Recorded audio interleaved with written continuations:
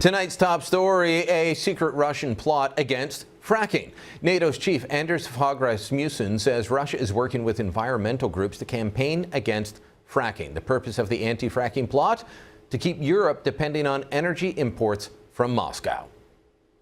Russia, as part of their sophisticated information and disinformation operations, engage actively with so-called non-governmental organizations, environmental organizations working against shale gas, obviously to maintain European dependence on imported Russian gas. That's my interpretation.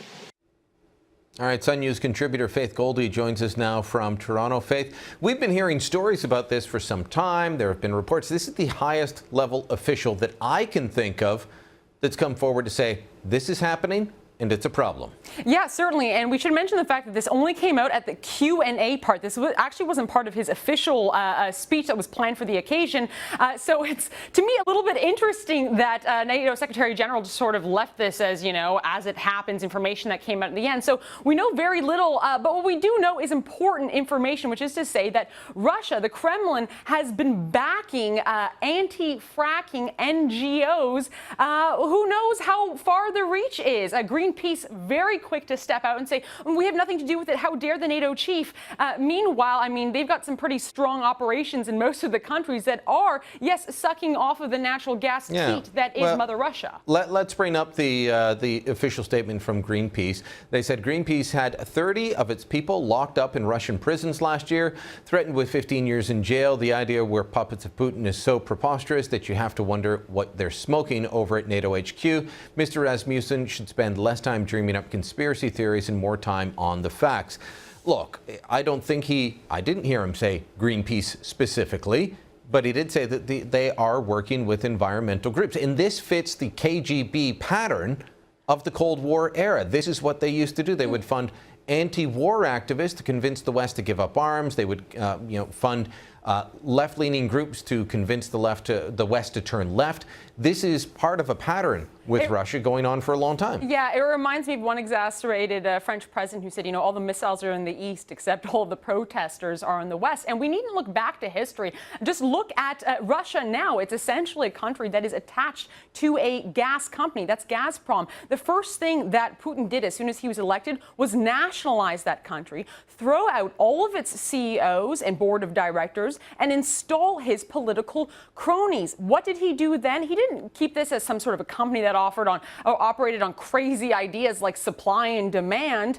No, he installed essentially his own foreign policy and his own whims through charging various countries different prices on absolutely zero economical, sensical grounds. Look no further than the prices that Ukraine and Poland have to pay, sometimes upwards of double of what folks, much further away have to pay, like Germany. Germany, by the way, dependent on Russian natural gas for over 1/4 of its supply. Baltic, former Soviet countries, over 80%. Progressive nations like Finland, over 100% of their natural gas comes from Russia. Within the past year, Brian, we've seen over 70% hike in Ukraine's gas prices. And, and yet Poland, which has the ability to start fracking for shale gas, is seeing a major, all of a sudden, this groundswell of opposition to Poland using its own resources and bringing the price down. Yeah, and that's why I find it so comical that Greenpeace would say something as idiotic as Rasmussen is basically some sort of conspiracy theorist. Look, there are over 1 million fracked wells in North America alone. If there would have been an incident, please let me know about it. But instead, what it's done is it's served to essentially push down gas prices in at least America by almost 80%. Ukraine itself sits on 2 of Europe's largest shale gas basins. They start exploratory drilling there back in early November. By late November, Yanukovych had gone back to bed with the Russians, and folks ended up in the Maidan, several hundred killed by now, and there's still no resolution in sight. You want to follow the spark, the cause of what we're seeing now in Ukraine?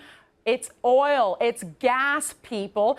Over 80% of Putin's pipelines run under Ukrainian soils. He has invested interest in keeping that nation under his thumb.